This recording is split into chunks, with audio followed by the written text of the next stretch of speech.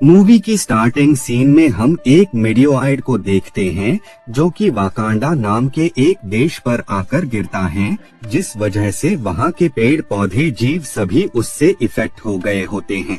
उस उल्कापिंड के साथ अर्थ पर एक बहुत ही अनोखा मेटल जिसका नाम वाइब्रेनियम होता है, वो भी उसी के साथ आया होता है। वाइब्रेनियम को हासिल करने के लिए वहाँ पर मौजूद पांचों कबीले एक दूसरे से लड़ते रहते थे, जिस वजह से पैंथर देवी बस्ट ने वहाँ के एक शख्स को हार्ट शेप हर्ब दिया, जिस वजह से वो शख्स काफी पावरफुल हो गया और वो बन गया ब्लैक पैंथर। ब्लैक पैंथर उनके आपस के बीच की लड़ाई को खत्म कर उन सभी को आपस में मिलकर रहने को कहा, जिस वजह से चारों कबीले वाले एक साथ रहने लगे, लेकिन पांचवे कबीले ने अलग रहने का डिसाइड किया। चारों कबीले वालों ने वाइब्रेनियम का यूज करना स्टार्ट कर दिया और देखते ही देखते उनकी टेक्नोलॉजी बहुत ही एडवांस हो गई।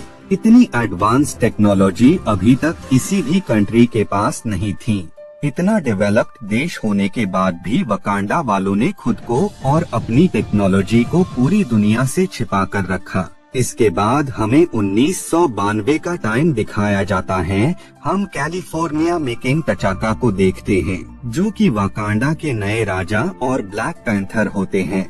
तचाका अपने भाई एंजोबू से मिलने आते हैं। दरअसल उन्हें अपने भाई पर शक होता है कि वो वकांडा से इलीगल तरीके से वाइब्रेनियम को सेल कर रहा है। इसीलिए जब किंग एंजोबू से इस बारे में पूछते हैं तो एंजोबू इस बात से इनकार कर देता है कि उसने ऐसा नहीं किया, लेकिन उसका जो फ्रेंड होता है वो किंग को सब कुछ बता देता है, जिस वजह से तचाका को उनके भाई की गद्दारी के बारे में पता लग जाता है, क्योंकि एंजोबू का जो फ्रेंड होता है वो असल में वाकांडा वासी और किंग तिचाला का जासूस होता है। इसके बाद ये सीन यहीं पर कट जाता है और अब हमें प्रेजेंट का सीन दिखाया जाता है। हम तचाला को देखते हैं जिसने अपने डैड यानी किंग तचाका की जगह ले ली थी और अब वो नया ब्लैक पैंथर बन गया था, क्योंकि हमने देखा था कि कैप्टन अमेरिका सिविल वॉर में एक बॉम्ब ब्लास्ट में किंग तचाका की मौत हो गई थी,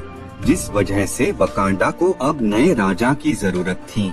इसीलिए वाकांडा वाले तचाका के बेटे तचाला को ही ब्लैक पैंथर बनाने का डिसाइड करते हैं।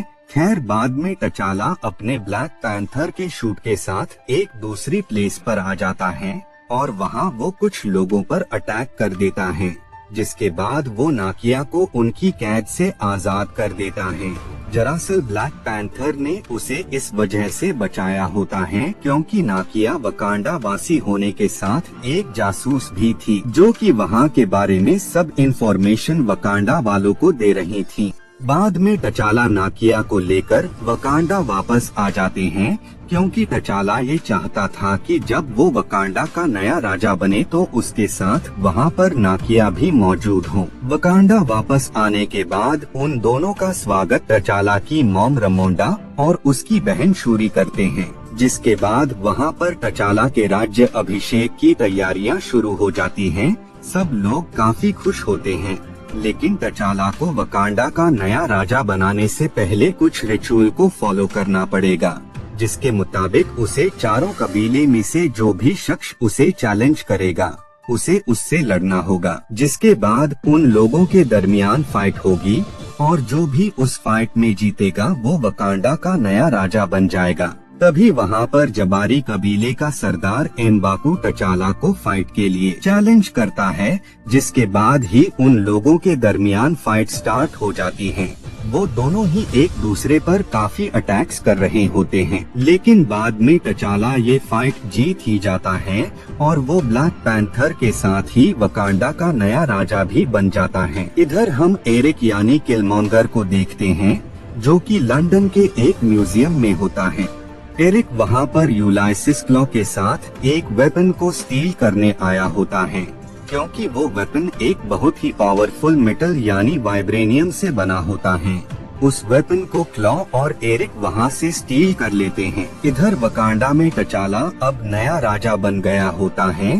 तभी उसके पास एक शख्स आती है और वो ब्लैक पैंथर को बताती है कि क्लॉ नाम के एक आदमी ने लंदन के म्यूजियम से एक वेपन को स्टील कर लिया है जो कि वाइब्रेनियम से बना हुआ था। वो उस वेपन की डीलिंग ब्लैक मार्केट में करने वाला है। हमें उस शख्स को जल्द ही रोकना होगा, इससे पहले कि वाइब्रेनियम गलत हाथों में पड़ जाए। ये सुनने के बाद ब्लैक पैंथर उस शख्स को रोकने का डिसाइड करता है और इसके लिए वो एक प्लान बनाता है, जिसके बाद किंग तचाला नाकिया और बाकी लोगों के साथ वहाँ पर आ जाता है जहाँ पर उस वेपन की डील होने वाली होती है। वहीं पर हम एवरेस्ट रॉस को देखते हैं जो कि वहाँ पर क्लॉ को रंगे हाथों पकड़ना चाहते थे, इसीलिए वो वहाँ पर उस वेपन को बाय करने आए होते हैं। तभी वहाँ किंग तचाला और नाकिया भी उस प्लेस पर आ जाते हैं और वो क्लॉ पर अटैक कर देते हैं, लेकिन क्लॉ किसी तरह तचाला से बचकर वहाँ से भागने लगता है, जिस वजह से तचाला भी अपने ब्लैक पैंथर शूट जो कि नैनो टेक्नोलॉजी से बना हुआ था उसे वो पहन लेता है और काफी कोशिशों के बाद फाइनली वो उसे पकड़ लेता है और बाद में वो उसे एवरेस्ट रॉस के हवाले कर देता है। जिसके बाद रॉस क्लॉ से उस डील के बारे में पूछते हैं कि वो वेपन किसको बेचने वाला था। अभी वो लोग बात कर ही रहे होते हैं कि तभी वहाँ एक एक्सप्लोजन हो जाता है। वो एक्सप्लोजन असल में एरिक ने किया होता है। एरिक क्लॉ को उनकी गिरफ्त से छुड़ाकर वहाँ से ले जाता है और इसमें ब्लैक पैंथर भी उसे रोकने में नाकाम हो जाता है। बाद में जब वो रॉस के पास जाता है तो उन्हें पता लगता है कि उस एक्सप्लोजन में रॉस काफी बुरी तरह इंजर्ड हो गए होते हैं। इसी वजह से ब्लैक पैंथर उनका इलाज करने के लिए उन्हें वकांडा ले आता है। लेकिन इन सब में तचाला इस बात से काफी परेशान होता है कि जिस शख्स ने ब्लास्ट किया उस शख्स के पास उनके परिवार की निशानी यानी वो रिंग कैसे आई। जब इस बारे में तचाला अपने डैड के दोस्त से बात करता है तो वो शख्स तचाला को बताता है कि ये बात तब की है जब वकांडा के राजा और ब्लैक पैंथर दोनों तुम्हारे डैड ही थे। उन्होंने अपने भाई को एक मिशन के लिए कैलिफोर्निया भेजा था, लेकिन वहाँ जाकर एनजोगू ने वकांडा से इलीगल तरीके से वेपन को बेचना स्टार्ट कर दिया, क्योंकि एनजोगू को ये पता था कि ब्लैक लोगों के साथ बहुत ही बुरा व्यवहार हो रहा है। उन्हें वो सम्मान नहीं मिल रहा है जो कि गोरे लोगों को मिल रहा है। इसीलिए एनजोगू चाहता था कि वो ब्लैक लोगों की हेल्प करे और दुनिया को ये दिखाए कि ब्लैक लोग भी किसी से कम नहीं हैं। एनजोगू के जब इस वर्क के बारे में किंग तचाका को पता चला तो वो कैलिफोर्निया उससे मिलने आए और जब उन्होंने एनजोगू से इस बारे में पूछा तो उसने इस बात को मानने से ही इनकार कर दिया।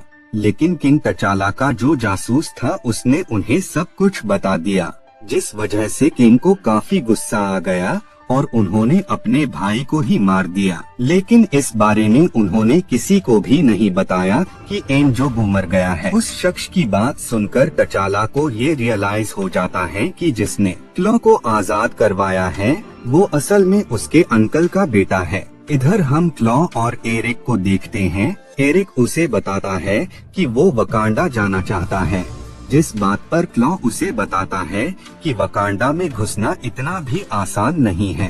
तभी एरिक क्लॉ पर गन रख देता है। वो उसे बताता है कि वो वकांडा वासी है और वो उसी के जरिए वकांडा में एंटर होगा, जिसके बाद वो क्लॉ को मार देता है और वो उसकी डेड बॉडी को वकांडा में ले आता है। वहाँ पर मौजूद लोग एरिक को राज दरबार में पेश करते हैं। वहाँ एरिक तचाला को फाइट के लिए चैलेंज करता है और साथ ही वो उसे ये भी बताता है कि वो ही एनजोगू का बेटा है। जिसके बाद वो दोनों वहाँ पर आ जाते हैं जहाँ वो फाइट होने वाली होती है।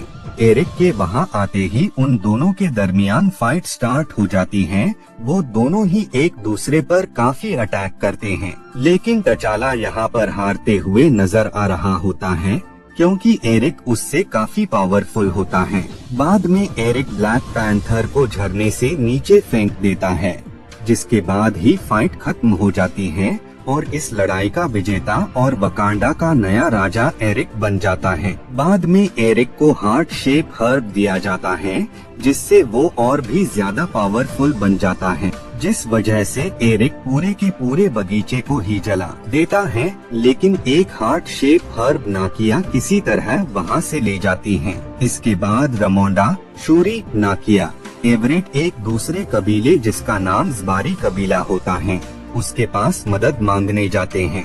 उन लोगों के वहाँ आते ही एम्बाको उन लोगों को टचाला के पास ले जाता है, क्योंकि उसी ने उसकी जान बचाई होती है। बाद में रामोंडा हार्ट शेप हर्ब को टचाला को देती है, जिस वजह से वो अपने पूर्वजों से मिलता है। टचाला अपने डैड से काफी नाराज होता है और वो उन्हें बताता है कि उन्हें एरिक को अकेला नहीं छोड़ना चाहिए था। बाद में टचाला अपने पूर्वजों की दुनिया से असली दुनिया में आ जाता है। इधर एरिक वकांडा के वेपन्स और वाइब्रेनियम को अलग अलग कंट्रीज को सेल करने का डिसाइड करता है। अपने इसी एम के साथ वो वेपन्स को दूसरे देश भेजने की तैयारी करने लगता है। लेकिन तभी वहाँ टचाला भी अपने ब्लैक पैंथर शूट के साथ वहाँ आ जाता है, जिसके बाद ही एरिक की आर्मी और टचाला की आर्मी एक दूसरे पर अटैक कर देते हैं।